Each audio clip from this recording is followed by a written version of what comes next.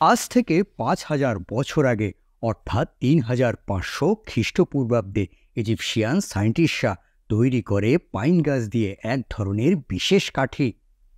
এই কাঠিগুলো ছিল সালফার মিশ্রণ দ্বারা আবৃত, যা কিনা সামান্য আগুনের স্পর্শে আসলেই জ্বলে ওঠে। বর্তমানে ধারণা করা হয় এটাই হলো দেশলাই আবিষ্কারের প্রথম পদক্ষেপ।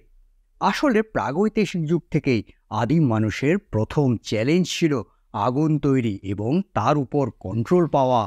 একদম শুরুতেই আদিম মানুষ দুটি কাঠ ঘষে আগুন জ্বালাতো। ঠিক এর পরেই এলো চকমকি পাথর। হাজার হাজার বছর ধরে এই চকমকি পাথর দিয়েই আগুন জ্বালানোর রীতি ব্যবহার করে আসছিল তারা। কিন্তু এখানেই সমস্যা হলো, চকমকি পাথর শুধু আগুনের ফুলকি তৈরি করে, আগুন নয়। আসলে মানুষের দরকার ছিল এমন একটি ধার্য বস্তু যা কিনা সামান্য আগুনের ফুলকি পেলেই জ্বলে উঠবে। অন্য অনেক কিছুর মতো আর এই ব্যাপারেও অনেকটাই সফলতা লাভ করে চীনারা। চীনের অনেক প্রাচীন গ্রন্থে এমন উল্লেখ পাওয়া যায় যে ৫৭৭ খ্রিস্টাব্দে নর্দার্ন কিউ রাজ্যে সালফার মিশ্রিত এক ধরনের কাঠির উল্লেখ পাওয়া যায়। তাছাড়া ৯৫০ সালে লেখা চাইনিজ অথর তাওগো তার লেখাতেও এই ধরনের কাঠির বিশেষ উল্লেখ করেন। প্রাচীন বিশ্বের নানান বিজ্ঞানীরা আগুন তৈরির জন্য দেশলাই জাতীয় কোনো একটি বস্তু আবিষ্কারের চেষ্টা করলেও উল্লেখযোগ্যভাবে তেমন কোনো সফলতা তারা পায়নি। তবে এই সব কিছুর মাঝেই আলোড়ন সৃষ্টি করা ঘটনা ঘটে ১৬৬৯ সালে। হেনিং ব্যান্ড, একজন জার্মান অ্যালকামিস্ট, যিনি কিনা আবিষ্কার করে ফেলেন ফসফরাসের মতো একটি ধার্য বস্তু। এখানে বলে রাখি, ফসফরাস হলো এমন একটি ধার্য বস্তু যা কিনা বাতাসের স্পর্শে আসলেই জ্বলে ওঠে। আর এখানেই বাধে সমস্যা, কারণ দৈনন্দিন জীবনে ব্যবহার করার জন্য এই বস্তুটি খুবই বিপজ্জনক। তাছাড়া এটি ভীষণই এক্সপেন্সিভও। ফসফরাস আবিষ্কারের পর বহুদিন কেটে গেলেও তেমন কোনো উল্লেখযোগ্য ঘটনা না ঘটলেও ১৮০৫ সালে ইংল্যান্ডের বিজ্ঞানী জিন চ্যান্সিল তৈরি করে ফেলেন এক ধরনের বিশেষ দেশলাই কাঠি। তিনি পাতলা কাঠির মাথার উপর পটাশিয়াম ক্লোরাইড, সালফার, গান আরবিক এবং চিনির একটি আঠালো মিশ্রণ মাখিয়ে দেন এবং এই কাঠিটিকে ঘন সালফিউরিক অ্যাসিডের দ্রবণে ডুবিয়ে আগুন জ্বালালেন। তবে এখানেও সমস্যা হলো, এই ঘন সালফিউরিক অ্যাসিড ছিল ভীষণই বিপজ্জনক। তাছাড়া এই ধরনের দেশলাই তৈরি করা ছিল ভীষণই এক্সপেন্সিভ। আর এইসব কারণের জন্যই চেন্সিলের দেশলাই খুব একটা জনপ্রিয়তা লাভ করেনি। বর্তমান দেশলাই, যা কিনা ঘর্ষণের ফলে আগুন উৎপন্ন করে, এটির প্রথম সাকসেসফুল ইনভেনশন হয় ১৮২৬ সালে। জন ওয়াকার নামক এক ইংরেজ রাসায়নিকবিদ বিশেষভাবে তৈরি পাতলা কাগজের পটির উপর রাসায়নিক দ্রব্য মিশ্রিত কাঠি ঘষে আগুন তৈরির এক পদ্ধতি আবিষ্কার করেন। ওয়াকার তার এই তৈরি দেশলাই বাক্সটিকে বাজারে প্রথম বিক্রি করেন ১৮২৭ সালের ১২ই এপ্রিল। তিনি প্রথমে তার এই দেশলাইয়ের নাম রাখেন ফিকশন লাইটস, যদিও পরবর্তীতে স্যার উইলিয়াম কনভেক্সের স্মরণে তিনি এর নাম পরিবর্তন করে রাখেন কনভেক্স। আর সেই সময়তে তিনি এর দাম রাখেন ৫০টি কাঠির একটি বাক্স, ১ শিলিং। তবে তার এই আবিষ্কার সেই সময় মানুষ সেভাবে গ্রহণ করেনি। এখানে বলে রাখি, ১৮২৭ থেকে ১৮২৯ অর্থাৎ ২ বছরের মধ্যে তিনি মাত্র ১৬৭টি বাক্সই বিক্রি করতে পেরেছেন।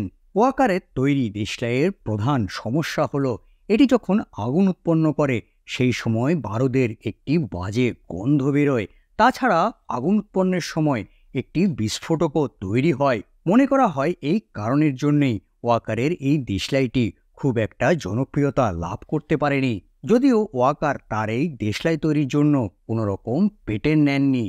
১৮২৯ স্যার আইজাক হোল্ডার ওয়াকারের এই দেশলাইয়ের মধ্যে কিছু পরিবর্তন এনে ইমপ্রুভ করার চেষ্টা করেন, কিন্তু বিস্ফোটক এবং দুর্গন্ধ এই ক্ষেত্রেও থেকে যায়। যদিও হোল্ডেনও তার এই ইনভেনশনকে কোনোরকমভাবেই পেটেন্ট করাননি। পেটেন্ট না করানোর এই সুযোগটিকে কাজে লাগান স্যামুয়েল জোন্স নামক এক ইংরেজ রাসায়নিকবিদ।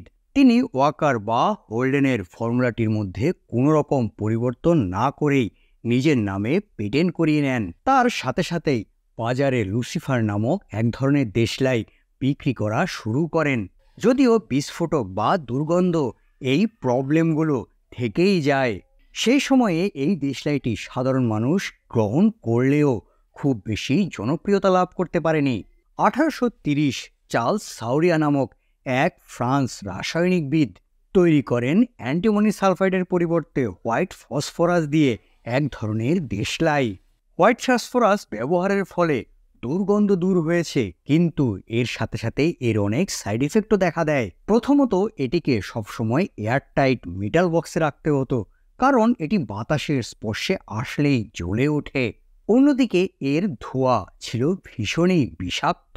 এই দেশলাই তৈরি কারখানায় কর্মরত কর্মীদের দাঁত তথা চোয়ালে এক ধরনের বিশেষ রোগে আক্রান্ত হতে শুরু করে, একটা সময় যা কিনা মহামারীর আকার ধারণ করে। তাছাড়া দেশলাইয়ের মাথায় লাগানো সাদা ফসফরাস খেয়ে মৃত্যু অথবা সুইসাইডের মতো ঘটনাও বাড়তে থাকে।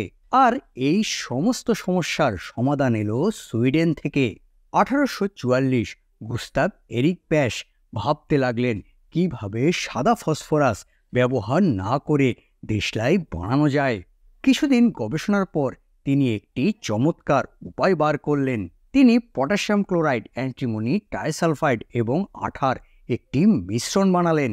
অন্যদিকে তিনি লাল ফসফরাস এবং কাঁচের গুঁড়োর মিশ্রণ লাগিয়ে দিলেন দেশলাইয়ের গায়ে। এর ফলে সরাসরি সাদা ফসফরাস ব্যবহার করার প্রয়োজনই হলো না। লাল ফসফরাস ঘর্ষণে উৎপন্ন সামান্য তাপেই সাদা ফসফরাসে রূপান্তরিত হয়, আর এই সংস্করণটি সর্বাপেক্ষা নিরাপদ বলে প্রমাণিত হলো। আর এর সাথেই এসে গেল সেফটি ম্যাচেস। গুস্তাভ ওই বছরই তার এই আবিষ্কারের পেটেন্ট নিয়ে নেন।